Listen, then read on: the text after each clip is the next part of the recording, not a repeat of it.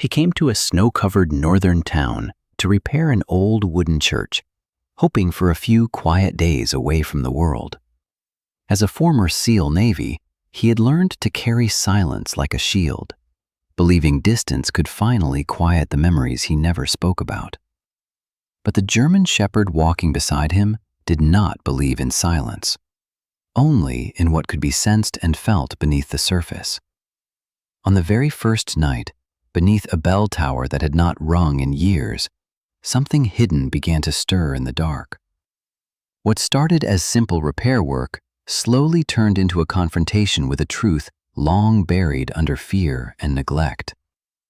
This is a story about faith, loyalty, and the moment a man chooses to stop running and stand still. If you want to hear how this story unfolds, please like this video, subscribe to Silent Paws Steady Hearts, and help us reach our first 1,000 subscribers. The first thing Ethan Cole noticed was the silence. Not the peaceful kind that settles gently over a sleeping town, but the hollow silence that presses against the ears as if the world itself were holding its breath. Snow fell in thick, steady sheets outside the small wooden church, each flake softening the night, burying roads and fences alike, turning the northern town into something almost unreal. The bell tower rose above the roofline like a relic from another century, its bell long rusted, unused for years. It did not ring, it never did. And yet, something in the air felt like a warning that had already been spoken. Ethan lay half awake on the narrow cot in the room behind the church, boots neatly placed by the door, habits that never left him, no matter how far he thought he had walked from war. At 40, his body still carried the discipline of his years as a Navy SEAL. Tall, broad-shouldered, solid without excess. His breathing was light, controlled, even in sleep. The scars he carried were not loud ones. They lived under the skin, in the way his jaw tightened at unfamiliar sounds, in the way his eyes opened before his mind had fully woken. Grim stirred before he did. The German shepherd rose silently from the wooden floor, his large frame moving with the restrained grace of a working dog who had learned long ago that noise was a liability. At 6 or 7 years old, Grim was past the reckless energy of youth, his strength now tempered by patience. His black and tan coat caught the faint light from the window, muscles shifting beneath it as he stood alert, ears forward, eyes fixed on the door. There was no bark, no whine, only a low, insistent tension in his posture, as if an invisible thread had been pulled tight somewhere beyond the walls. Ethan felt the tug on his sleeve before he fully understood it. Grim's teeth caught the fabric gently, not pulling hard, just enough to demand attention. Ethan sat up, heart already steady, mind already scanning. He had trusted Grim with his life once. Trust like that did not fade. "What is it, boy?" Ethan murmured, his voice rough but calm, as he swung his legs off the cot and reached for his jacket. The wind answered first, rushing through the cracks in the old wood as if the church itself were exhaling. Grim turned toward the door, his tail low, body rigid with focus. Ethan followed him out into the snow, the cold biting immediately at his face, the kind of cold that stripped things down to essentials. That was when he saw the truck. It idled near the side entrance to the church, headlights off, engine humming softly beneath the falling snow. A large vehicle, anonymous in color, the sort that belonged everywhere and nowhere at once. 2 men moved quickly from the back, their figures bulky under heavy coats. They did not look around. They did not speak. They lifted sealed cardboard boxes, one after another, and carried them down the stone steps that led into the church's basement. Grim's chest vibrated with a low growl, not aggressive, but final, a warning, not a threat. Ethan felt the old instincts rise, the ones he had tried to bury beneath roof repairs and quiet mornings. He did not move forward. He did not retreat. He watched, measured, remembered what it meant to wait. A beam of light cut through the darkness. Margaret Holloway stood at the top of the steps, a small woman wrapped in a thick wool coat, her posture straight despite her age. At over 70, she carried herself with the kind of calm that did not come from comfort, but from certainty. Her gray hair was pulled back neatly, her face lined not by softness, but by years of attention. The flashlight in her hand was steady. "You're lost," she said, her voice even, almost gentle. "This isn't the place you're looking for." The men froze. Snow collected on their shoulders as if the night itself were trying to claim them. One of them shifted his weight, a half-step backward, then stopped when Grimm stepped forward, planting himself squarely between them and the stairs. His teeth were visible now, not bared in fury, but in resolve. Margaret's eyes flicked briefly to Ethan, taking him in with a single practiced glance. The stance, the shoulders, the quiet readiness. She said nothing more. After a moment that felt longer than it was, one man muttered something too low to hear. The boxes were set down, the truck door slammed, the engine revved, tires crunching through snow until the vehicle disappeared into the white. Grimm remained still until the sound was gone. Only then did he sit, directly in front of the basement door, as if assigned there by some higher order. Ethan exhaled slowly. He had not realized he'd been holding his breath. Margaret turned off the flashlight and looked at him. "Storm brings strange traffic," she said. "Best to remember that." He nodded once. Words felt unnecessary. The night closed again around the church, the bell tower standing silent above them, its bell unmoved, unheard. Morning came pale and cold. Sunlight reflected harshly off the snow, revealing a town that looked peaceful enough to belong in a postcard. Ethan worked on the church roof, hammering shingles into place with methodical precision, Grimm lying below, eyes tracking the street. Margaret moved inside, sorting papers, boiling coffee, the quiet routines of someone who believed order was a form of prayer. The news reached them just before noon. An elderly man from the eastern edge of town had lost his house overnight. Foreclosure, they said, a misunderstanding, a signature placed where it should not have been. Margaret did not react at first. She simply took the copy of the contract offered by a neighbor and laid it flat on the table. Her fingers, thin but steady, traced the ink. "That's not his signature," she said finally. Ethan watched her face change, the warmth draining from it not into fear, but into recognition. She explained without drama, pointing out the pressure marks, the angle of the pen, the ink itself slightly darker than it should have been. She had seen this before, decades ago, when her job was to type the final words that took homes away from people who never quite understood how it had happened. Grimm lifted his head and looked toward the basement door again. Ethan followed his gaze. Something tightened in his chest, not dread exactly, but the heavy certainty that the past had found a way back in. That night, as snow began to fall once more, Grimm returned to his post by the basement door, sitting perfectly still, eyes unblinking. Ethan stood beside him, listening to the wind move through the bell tower. It still did not ring. But in the silence, something else had begun to sound. Justice, Ethan realized, did not always announce itself. Sometimes it waited, patient and watchful, in the shape of a dog who refused to move. Ethan Cole had not come north looking for meaning. He had come because the roof of a small wooden church needed fixing after a winter storm, and because the man who called him did not ask questions. Work for shelter, silence for labor. It was an arrangement Ethan understood. He had spent most of his adult life in places where explanations were dangerous, and quiet efficiency kept people alive. This town, wrapped in snow and pine shadows, felt like a place where he could disappear without having to lie about it. Each morning, he climbed onto the church roof before the sun had fully risen, his boots gripping frost-slick shingles with practiced ease. His movements were economical, deliberate, as if every step still mattered. Below him, Grimm lay in the snow near the steps, his large frame curled but never truly resting.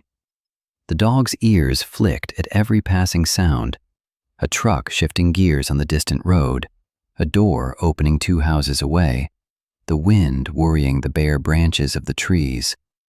Ethan noticed that Grim watched people the way Ethan watched terrain, not with curiosity, but with assessment. Ethan preferred it that way. He did not seek conversation. He nodded when spoken to, answered politely when necessary, and returned to his work. The town respected this, mistaking his reserve for shyness or stoicism.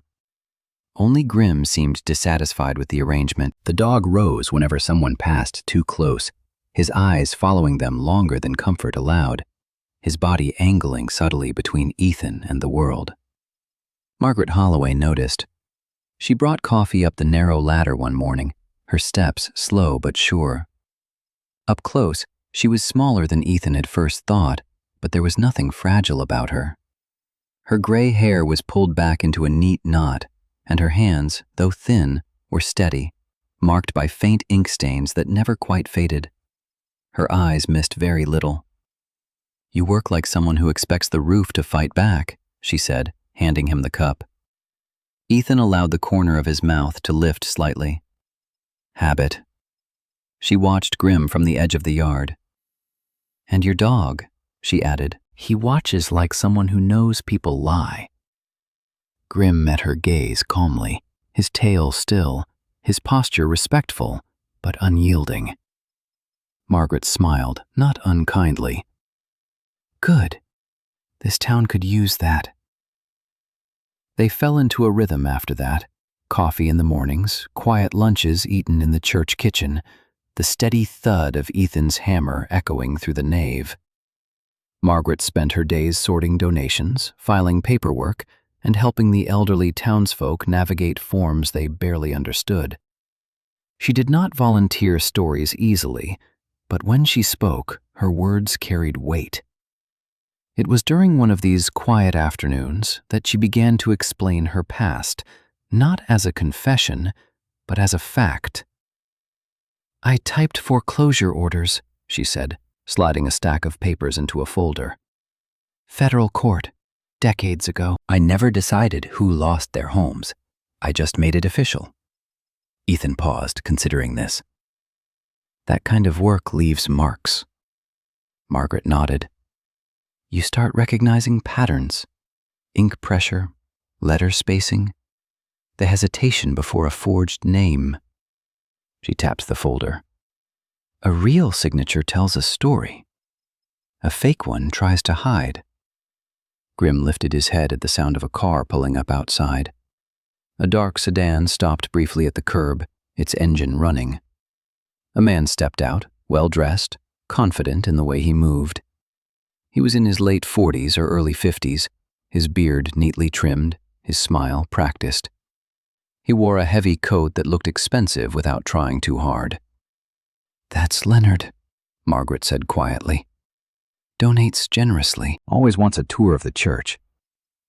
Leonard entered with warmth, shaking hands, complimenting the repairs, asking polite questions. Grim stood, his body angled, eyes fixed on the man. The dog did not growl. He did not bark. He simply did not look away. Leonard noticed. "Beautiful animal," he said, though his smile tightened. "Does he bite?" "Only lies," Margaret replied dryly. Leonard laughed a moment too late. After he left, Grim went to the door and stood there long after the sound of the car faded. Ethan watched him, a slow unease settling in his chest. Later that evening, Ethan tried to read through some of the documents Margaret had flagged. His brow furrowed as he worked through the dense legal language, his patience thinning. "You look like you're reading a restaurant menu in a foreign country," Margaret said from across the table. He exhaled. "I'm used to menus with fewer words." She chuckled, the sound brief but genuine. "Well, contracts are just weapons that don't leave bruises." That night, Grim refused to leave the sanctuary. He paced the length of the wooden pews, his nails clicking softly, his ears twitching at sounds Ethan could not hear. At one point, the dog stopped abruptly, head tilted toward the ceiling. The bell tower loomed above them, silent as ever, but the wind threaded through its beams in a way that made the old wood groan. Ethan felt it then, not fear, but a tension. The sense that something unseen was aligning. The next morning, they visited the elderly man who had lost his house. Samuel Price was in his late 70s, thin as winter branches, his hands trembling as he held the eviction notice. His hair was white and unkempt, his eyes clouded by disbelief rather than age. He spoke softly, apologetically, as if the loss were his fault. "I wouldn't sign something like that," Samuel said. "I read slow, but I read careful." Margaret knelt beside him, her voice firm but kind. "You didn't. I know that." Grimm sat at Samuel's feet, pressing his shoulder gently against the man's leg. Samuel's hand rested there without thinking, his fingers curling into the dog's fur as if he had found something solid to hold on to. On the walk back, Grimm stopped suddenly in front of a house they had not visited. His ears pricked, his nose lifting, as if catching a scent carried on memory rather than air. He whined softly, once, then sat. Ethan followed his gaze. The house was neat, unremarkable, its windows dark. A charity sign stood on the lawn, promising help for those in need. Margaret frowned. "That's odd." Grimm did not move. The snow began to fall again, quiet and relentless, as if covering tracks as fast as they could be made. Ethan looked down at Grimm and felt the familiar shift inside him, the moment when retreat ceased to be an option. The church, he realized, was not just a place for prayer. It was a ledger, a witness. And Grimm had begun to read it. Grimm chose the route before Ethan understood why they were walking it. The morning air was brittle, sharp with cold, and the snow beneath their boots and paws bore the faint tracks of other lives moving through the town. Grimm moved with purpose, his head low, nose working steadily, not hurried but unwavering. Ethan followed without questioning it, a habit formed long ago when trusting the wrong instinct could get a man killed. Grimm had never been wrong when it mattered. The first house stood at the edge of town, paint peeling despite recent attempts at repair, its porch sagging under the weight of winter. The windows were dark, curtains drawn tight as if the building itself were ashamed. Grimm stopped at the gate and lowered his head, inhaling deeply. He did not wag his tail. He did not pull forward. He stood there, unmoving, as though marking the place in a ledger only he could read. Ethan felt something tighten behind his ribs. He had seen this posture before, years earlier, in villages where silence meant danger. Grimm's body was not tense with threat. It was heavy with recognition. They moved on, one house after another. At each stop, the pattern repeated itself. Grimm slowed, sniffed the ground, lingered at doorways and steps, sometimes pressing his nose against the wood, as if searching for a trace left behind by fear. He refused to be rushed. When Ethan tried once, gently tugging the leash, Grimm simply sat and waited, eyes steady, patient in a way that suggested this was not a request, but a duty. By the third house, Ethan no longer doubted it. These places were connected, not by geography, but by consequence. Margaret joined them later that afternoon, her steps careful on the icy pavement. She wore a long wool coat and carried a folder pressed against her chest, her face composed but intent. She had spent the morning in the church office, pulling records from filing cabinets that smelled faintly of dust and old ink. "They all look different," she said, glancing at the row of houses, "but on paper they read the same." She explained as they walked. The victims were elderly, living alone or with a spouse who could no longer manage details. None of them had lawyers. Most trusted what they were told, signing documents they believed were routine updates, assistance forms, or refinancing agreements meant to help them stay afloat through harsh winters. And every single file, Margaret continued, tapping the folder, passed through the same charitable fund before the foreclosure. Ethan stopped walking.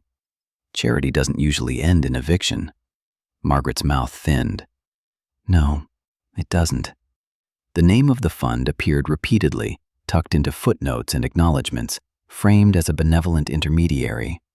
It promised aid, legal assistance, financial guidance. What it delivered, quietly and efficiently, was ownership transfer.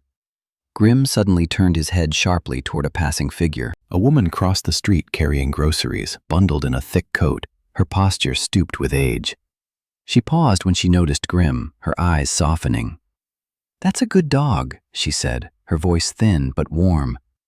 Grimm approached her without hesitation, pressing his shoulder lightly against her leg. The woman's hand trembled as it rested on his back. "They took my neighbor's house last month," she added, almost to herself. "Said it was all legal." Ethan watched the exchange, something old and familiar stirring within him. In the field, it was often the smallest gestures that revealed the truth.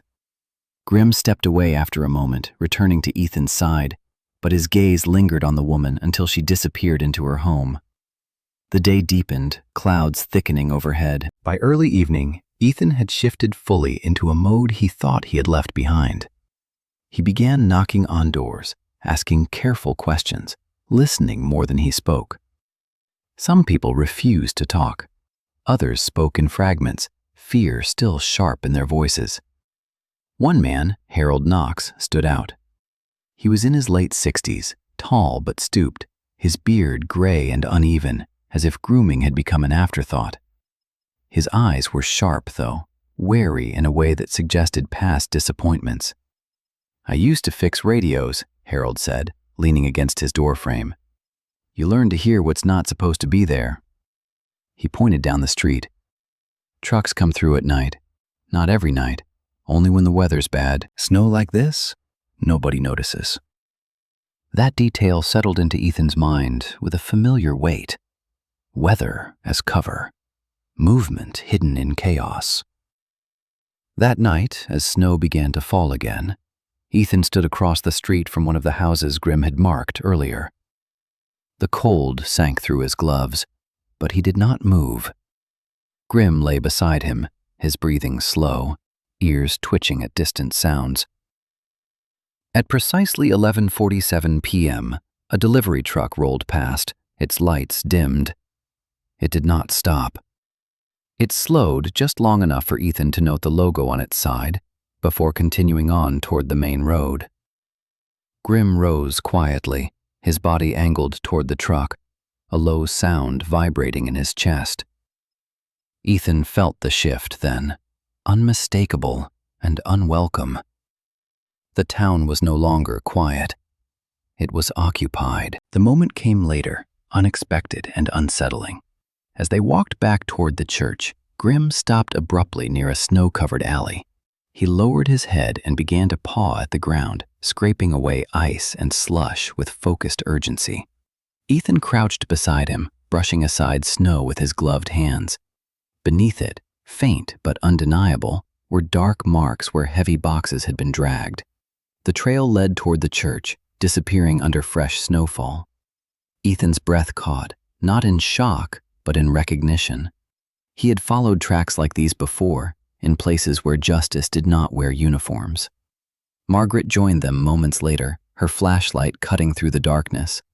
She looked at the marks, then at Ethan, then at Grimm. "So," she said softly, "it comes back to us." Grimm sat back on his haunches, eyes fixed on the path as if memorizing it. The wind rose suddenly, rattling the bell tower above them. Still, the bell did not ring. Ethan looked up, the silhouette of the church stark against the night sky. He had come here to mend a roof. Instead, he was standing at the edge of something larger, something that demanded more than quiet labor.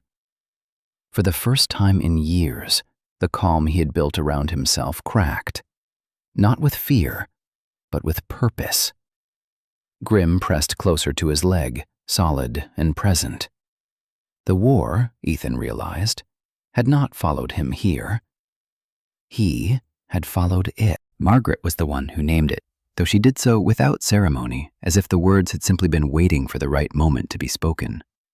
"A trial," she said quietly, standing in the nave of the wooden church, her hands folded around a folder thick with papers. "That's what this is, just without the noise." The church was empty except for the three of them. Pale winter light filtered through the tall, narrow windows, settling on the worn pews and the scuffed wooden floor. The air smelled faintly of old pine, candle wax, and something older still, time pressed into wood grain. There was no judge's bench, no raised dais, no flag or seal of authority, yet the space carried a gravity that Ethan recognized immediately. He had stood in rooms like this before, though they had been tents, basements, half-burned buildings. Places where decisions mattered because no one else was coming to make them for you. "No gavel," Ethan said, his voice low. "No rules." Margaret's mouth curved slightly. "Oh, there are rules. They're just older than the law." Grim lay near the steps that led down into the basement, his large body stretched across the entrance as if by design. His ears flicked at every sound, but he did not look away from the door. He had chosen his position carefully, front paws braced, head lifted just enough to watch both Ethan and Margaret. The dog looked less like an animal at rest and more like a sentinel carved from muscle and fur. They descended into the basement together, the narrow stairs creaking under their weight. The space below was colder, the stone walls damp with winter seepage. Boxes were stacked neatly along one wall, most of them labeled with charitable logos and handwritten dates. Margaret moved among them with surprising speed, her age forgotten as she scanned, sorted, cross-referenced. "These are the ones I saw before," she said, pulling out a folder and spreading its contents across an old table. Mortgage documents, deeds, notices of default. Each page bore the careful imitation of a signature that did not belong. Ethan leaned over her shoulder, his brow furrowed. He did not understand every clause, every line of fine print, but he understood patterns. He understood intent. "They weren't sloppy," he said. "They were confident." "That's always the tell," Margaret replied. "People who think no one is watching." The discovery came almost by accident. Grim shifted, rising slowly, his nails clicking once against stone. He moved to the far corner of the basement, nose low, tail stiff. He sniffed along the wall, then stopped. His body went still. Ethan followed, running his hand along the stone until his fingers brushed metal. A seam, nearly invisible beneath dust and age. He pressed, and the panel gave way with a muted scrape. Behind it stood a second safe. It was smaller than the first, older, its surface scarred with scratches and worn paint. This was not a place for money. This was a place for things meant to be hidden. Margaret's breath caught, though she said nothing. Ethan knelt, testing the weight, the hinge, the lock. It yielded more easily than expected, as if it had been opened often enough to lose the will to resist. Inside were the missing pieces.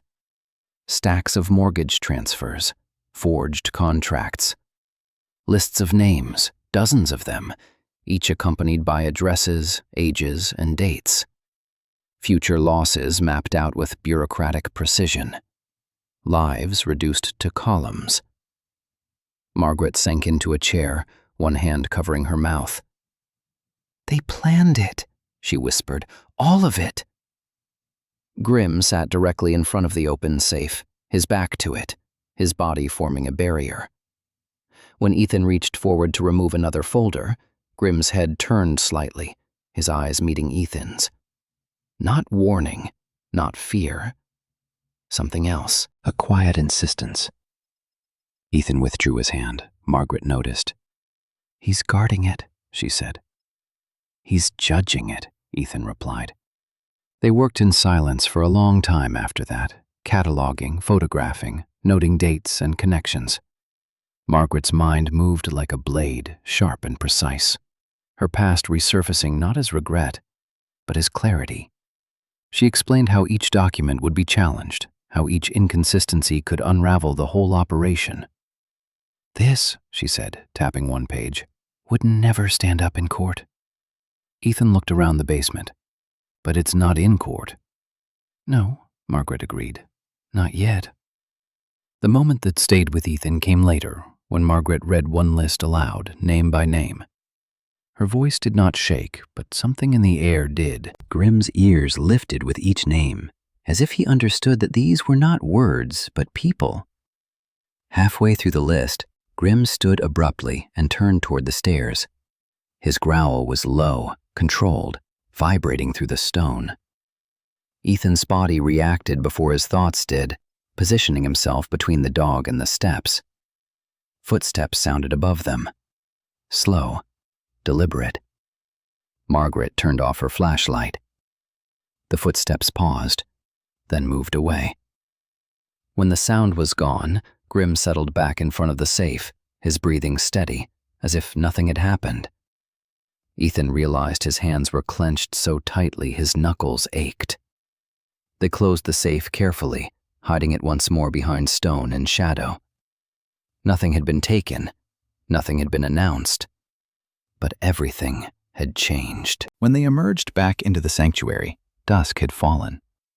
The windows reflected their shapes back at them, 3 figures framed by fading light. The bell tower loomed above, silent as ever. Margaret stood at the center of the room and looked up. "People think justice needs witnesses," she said. "I think it needs memory." Ethan nodded slowly. He felt the familiar weight settle into his bones, not the weight of fear or obligation, but of alignment. This was what he had been trained for, stripped of weapons and orders. To stand, to watch, to act when the moment demanded it. Grimm lay down at the base of the stairs leading back to the basement, his head resting on his paws, eyes open. The trial had begun. The town had always spoken Leonard Hale's name with a certain softness, as if saying it too loudly might shatter the image he had so carefully built. Ethan noticed it first in the way people smiled when Leonard passed, how their shoulders relaxed, how conversations paused just long enough to acknowledge him. Gratitude hung around the man like a tailored coat, warm, expensive, and deliberately visible. Leonard arrived at the church just after dawn, his sedan gliding to a stop as if the road itself had been smoothed for his convenience. He stepped out with practiced ease, tall and broad-shouldered, in a way that suggested gym time rather than labor. His movements confident but not hurried. His hair, dark with streaks of silver at the temples, was combed neatly back, and his beard was trimmed to precise lines that framed a composed, thoughtful face. He wore a long wool coat the color of charcoal, gloves of soft leather tucked into one pocket, and the faint scent of cologne carried ahead of him in the cold air. Grimm rose the moment Leonard's foot touched the ground. The dog did not bark. He did not advance. He simply stood, muscles tightening beneath his black and tan coat, ears forward, eyes locked. There was nothing hostile in the stance, but there was no welcome either. Ethan felt the familiar signal ripple through him, the one that had once meant danger zones and ambush routes. He set his tools aside and watched. "Morning," Leonard called, his voice warm, measured, the voice of a man accustomed to being heard and believed. "I thought I'd check on the repairs, make sure everything's holding up." Margaret emerged from the church doorway, her posture straight, her expression polite but unreadable. "The roof's doing fine," she replied. "We're grateful for the concern." Leonard's gaze flicked briefly to Grimm, then back to Margaret. "He's still unsettled," he remarked lightly. "Dogs sense storms before they come." Grimm did not blink. Leonard smiled, but something in the curve of it tightened, just enough for Ethan to notice. The man's eyes lingered on the church longer than necessary, drifting toward the side entrance that led to the basement. Ethan followed the glance, cataloging it without reacting. They spoke briefly, exchanging pleasantries that carried no real information. Leonard offered another donation, spoke of upcoming charity events, mentioned helping a few families stay afloat during the winter. Each word landed smoothly, polished by repetition. After Leonard left, the cold seemed sharper. "He gives too much," Margaret said quietly, once the sedan disappeared down the road. Ethan considered that. "People don't complain about generosity." "No," she replied. "They complain about strings." They spent the morning reviewing what they had found in the second safe, cross-referencing names with public records. Margaret's fingers moved swiftly over old ledgers, her mind assembling timelines with ruthless clarity. Ethan contributed where he could, tracking vehicle movements, noting patterns in deliveries that coincided with storms and holidays when attention was elsewhere. Midday brought an unexpected visitor. A woman arrived at the church hesitantly, her steps unsure, her eyes darting as if expecting to be followed. She was in her late 30s, slim, with pale skin and dark hair pulled into a loose braid that had begun to unravel. Her coat was worn at the cuffs, her hands red from cold. "My name's Claire Watkins," she said, her voice tight. "I was told you might help." She explained in fragments. Her mother had signed papers she didn't understand. The house was gone. The charity that promised help had stopped returning calls.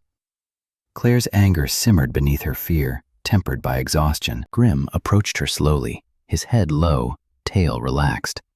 He sniffed her hands, then sat, close enough for her to feel the warmth of his body. Claire's shoulders sagged, tears she hadn't allowed herself to shed slipping free. Margaret listened without interruption, her expression grave. When Claire finished, Margaret nodded once. "You're not alone," she said, "and you're not wrong." As Claire left, Grimm watched her go, then returned to his place near the stairs. Ethan felt the weight of it settle deeper. This was no longer about suspicion. It was about scale. The moment came in the late afternoon, subtle and unsettling. Ethan was reviewing footage from a borrowed security camera when Grimm stiffened, his ears snapping upright. The dog turned sharply toward the sanctuary, then toward the bell tower, a low sound rising in his chest. Not a growl, not a bark, but something between. Ethan followed his gaze. For a heartbeat, the light shifted oddly across the wooden floor, shadows stretching toward the altar as the wind threaded through the tower. The bell did not ring, yet the air vibrated faintly, as if it had been struck in some other register. Margaret felt it too. She looked up from her papers, her face pale. "That happens sometimes," she said softly. "When a truth gets too close to the surface." Grimm moved to the window and stared out, his body rigid. Across the street, Leonard's sedan sat idling, though no one was inside. The engine hummed quietly, patient. Ethan's jaw tightened. He did not like being watched. He liked it less when the watcher believed himself untouchable. That evening, Ethan followed Leonard at a distance, his movements instinctive, precise. Grimm remained behind with Margaret, guarding the church as if it were a living thing. Ethan tracked Leonard through town to a renovated office building near the edge of the lake, its lights bright against the darkening sky. Inside, through a window, Ethan glimpsed activity. Files laid out, conversations animated but controlled. Men and women dressed like professionals, like people who knew how to make exploitation look like policy. Leonard moved among them easily, shaking hands, nodding, directing. The pieces aligned with a sickening clarity. When Ethan returned, night had fully fallen. Grimm met him at the door, his posture alert, eyes searching Ethan's face. Margaret stood nearby, her hands clasped tightly. "He's the center," Ethan said quietly. "Everything runs through him." Margaret closed her eyes for a moment, then opened them, resolve hardening her features. "Then we don't confront him," she said. "We expose the system that protects him." Grimm sat between them, his presence grounding, unwavering. They stood together in the dim sanctuary, three figures bound not by law, but by conscience. Outside, snow began to fall again, covering tracks, muting sound. Leonard Hale would sleep well that night, confident in his image, secure in his distance from consequence. He did not know that the trial had already moved past him. Snow returned with a kind of intention that night, thick and relentless, erasing edges and swallowing sound. The church stood alone at the end of the road, its wooden frame dark against the white field, the bell tower rising like a watchful spine. Inside, the lights were low. Ethan Cole sat at the long table near the sanctuary, jacket still on, hands resting flat on the worn surface, as if grounding himself to something solid. Grim lay a few feet away, body stretched but alert, head lifted just enough to watch the stairwell that led down into the basement. Margaret Holloway moved quietly between shelves, sorting and resorting documents they had already cataloged twice. Her movements were efficient, but the tension in her shoulders betrayed the calm she tried to project. Years in courtrooms had taught her that when truth surfaced too cleanly, something always tried to push it back under. "They won't let it go," she said finally, not looking up. Ethan nodded. "No, they'll test the doors, see what gives." Grim's ears flicked at the sound of wind pressing against the building, snow tapping at the windows like fingers impatient for entry. The dog's eyes never left the stairs. He had chosen his place again, the same one he had taken since the night of the first intrusion. Ethan had learned to trust that kind of consistency. In war, patterns saved lives. The power flickered once, then steadied. Margaret paused, one hand braced against the shelf. "That doesn't usually happen," she murmured. Ethan rose slowly, every sense sharpening. He crossed the sanctuary without haste, positioning himself where he could see both entrances. Outside, the wind rose suddenly, swirling snow into blinding spirals. Visibility dropped to nothing. It was the kind of weather that made people stay inside, the kind that forgave quiet mistakes. The sound came minutes later, a soft, metallic scrape, barely audible beneath the storm. Grim's body tensed instantly, muscles coiling beneath his coat. He stood without a sound, head low, tail still.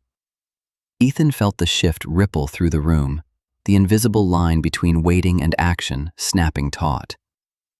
"They're here," Margaret whispered. The basement door creaked faintly. Someone was trying the lock, careful, patient. Ethan moved to the side, pressing himself into shadow, his breathing controlled. He had no weapon in his hands, only the weight of experience and the certainty that violence would only complicate what they were trying to protect. The door opened a fraction. Grim moved. He did not charge. He did not bark. He stepped forward into the narrow gap, his presence sudden and absolute. A low growl rolled from his chest, deep enough to be felt through the floorboards. The sound carried no panic, no rage. It was a line drawn in the dark. A figure stumbled back, boots slipping on the steps. Another voice hissed sharply, frustrated, urgent. A flashlight beam cut briefly through the gap, catching Grim's eyes, reflecting amber in the darkness. "Damn it," someone muttered. Grim surged forward just enough to force retreat, his teeth snapping inches from gloved hands. There was a sharp cry as someone lost their footing, the sound of bodies scrambling upward, retreating. The door slammed shut. Silence rushed back in, broken only by the wind. Ethan exhaled slowly, realizing only then how tightly his chest had been locked. He knelt beside Grim, one hand gripping the dog's thick ruff, feeling the steady rise and fall of his breathing. "That was enough," Ethan murmured. "You did enough."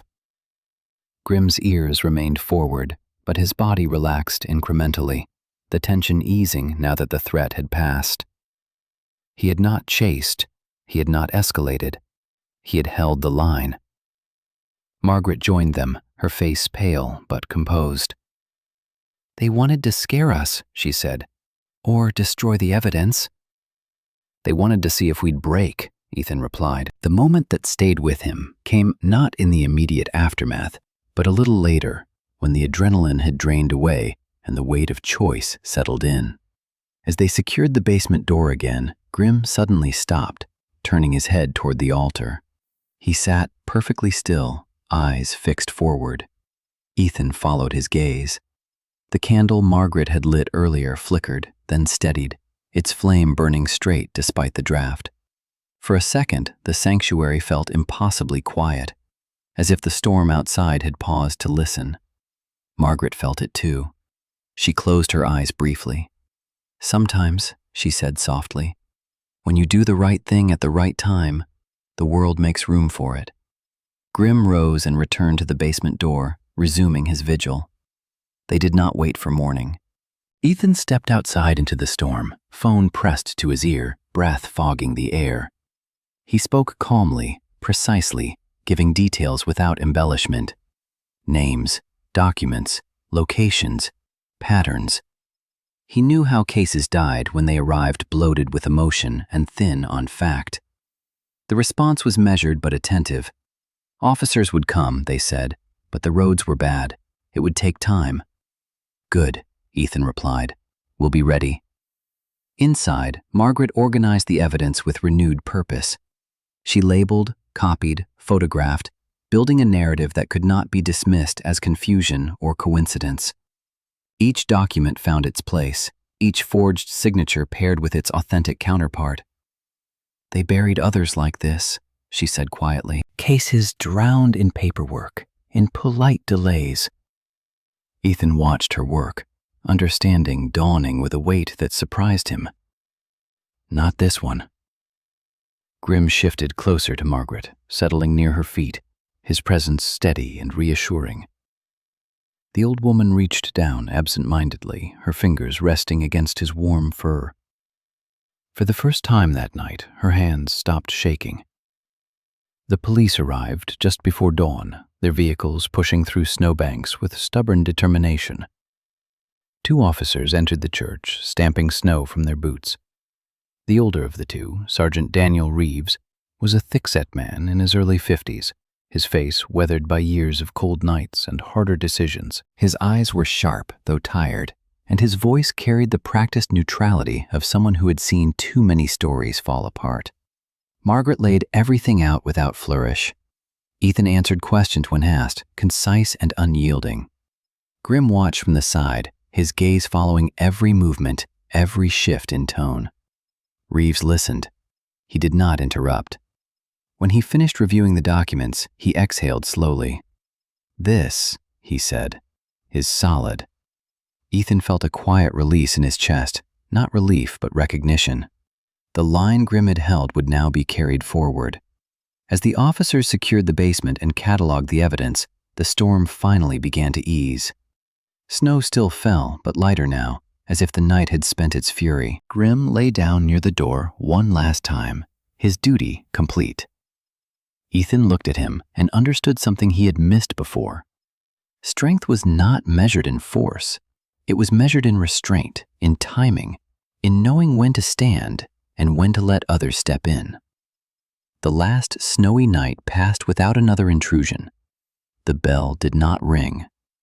But the silence no longer felt empty. The wooden church filled slowly that morning, boots stamping snow from soles, coats brushed free of white before being folded over the backs of pews. The town had not gathered like this in years. Not for a sermon, not for a holiday. People came quietly, drawn by something they could not quite name, a sense that this was a moment meant to be witnessed.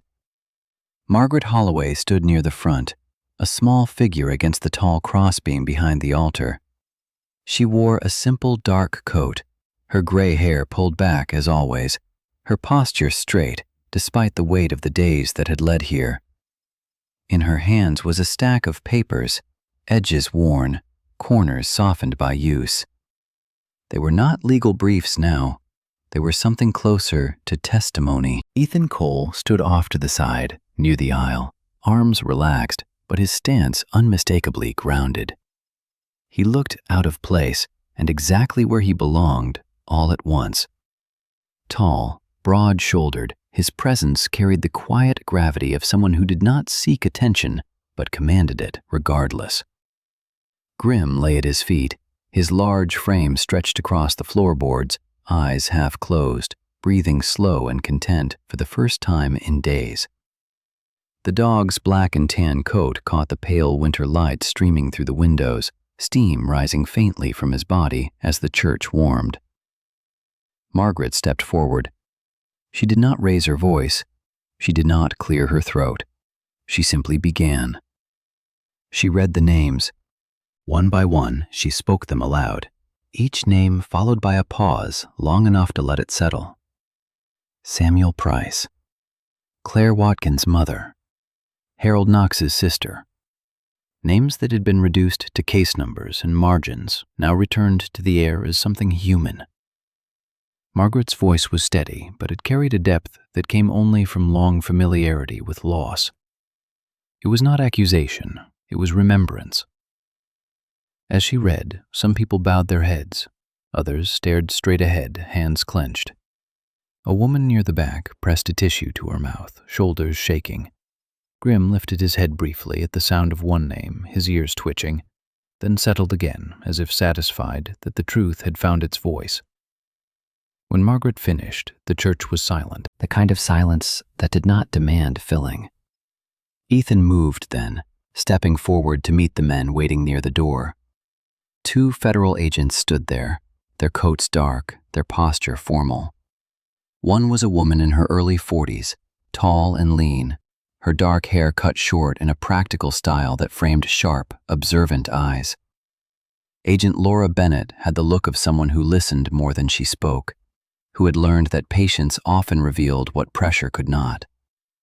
Beside her stood her partner, a heavier-set man with close-cropped hair and a jaw set in permanent seriousness. They accepted the boxes Ethan handed over without ceremony. "This is everything," Ethan said. His voice was calm, unembellished. Originals, copies, timelines, chain of custodies intact. Agent Bennett nodded once, meeting his gaze. "It's thorough." Ethan inclined his head slightly. Compliments were unnecessary. The moment that held the room came when Leonard Hale was brought in. He looked smaller without his coat, his tailored confidence stripped down to a stiff suit and clenched jaw. His beard was still neatly trimmed, his hair still in place, but the ease was gone. He scanned the room, eyes darting from face to face, searching for familiarity, for rescue. He found none. Grim rose as Leonard passed, stepping just enough into the aisle to meet him eye to eye. The dog did not growl. He did not bare his teeth. He simply stood there, still as stone. Leonard faltered, the faintest hitch in his step, before the agents guided him forward. Metal cuffs clicked shut around his wrists, the sound sharp and final.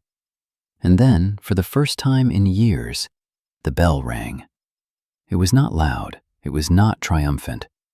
The old bell, stirred by a gust of wind threading through the tower, released a single resonant toll that echoed through the wooden beams and out into the snow-bright morning. Heads lifted, breath caught.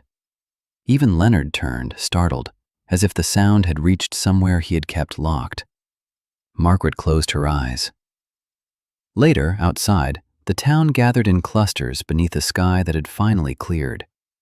Snow melted in slow rivulets from rooftops, dripping steadily, rhythmically. Children laughed somewhere down the street, a sound that had been absent for too long. Doors were opened, notices were torn down, keys changed hands. Samuel Price stood on his porch again, this time with a thermos in his hand, his posture a little less stooped. He raised the cup in a quiet salute when he saw Ethan. Claire Watkins hugged her mother tightly, tears on both their faces, disbelief slowly giving way to relief. Ethan watched from the church steps, Grim lying beside him, belly warm against the sunlit wood. The dog rolled onto his side, stretching lazily, his work done. Ethan rested a hand on Grim's flank, feeling the solid reassurance of muscle and bone beneath fur. For the first time in a long while, the future did not feel like something he needed to outrun. Margaret joined him, leaning lightly against the railing. "You could leave," she said. "No one would blame you." Ethan looked out over the town, the quiet movement of people reclaiming pieces of their lives. "I'm tired of running," he replied.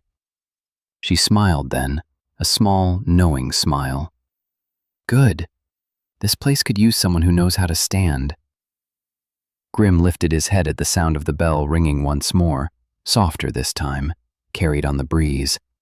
His ears flicked, his eyes half-lidded, content. The church remained where it had always been, weathered and unassuming. But something within it had shifted. Justice had not arrived with fanfare or force. It had arrived on 4 steady paws and one man's decision to stop moving. And that was enough. Sometimes the miracle does not arrive with thunder or fire from the heavens.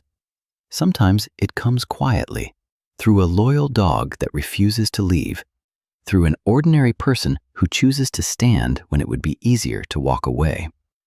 Perhaps that is how God works most often in our lives, not through grand signs, but through small acts of courage, steady faith, and the quiet voice inside us that says, "This is not right, and I will not look away." In our daily lives, we may never face a courtroom or a public trial, but we are tested all the same in moments when silence feels safer than truth, when kindness feels costly, when helping someone brings no reward except a clear conscience. Those moments matter. They shape who we become. If this story touched your heart, let it remind you that your choices matter more than you think. A single act of integrity, a single moment of compassion, can change someone's life in ways you may never fully see. If you believe in stories like this, stories of quiet courage, loyal hearts, and faith that shows up in unexpected forms, please share this video with someone who may need it today. Leave a comment and tell us what this story meant to you. And subscribe to the channel so we can continue sharing stories that honor love, justice, and the bond between humans and animals. May God bless you, protect you, and guide your steps. May He grant you the strength to stand when it matters, the wisdom to listen, and the peace that comes from doing what is right.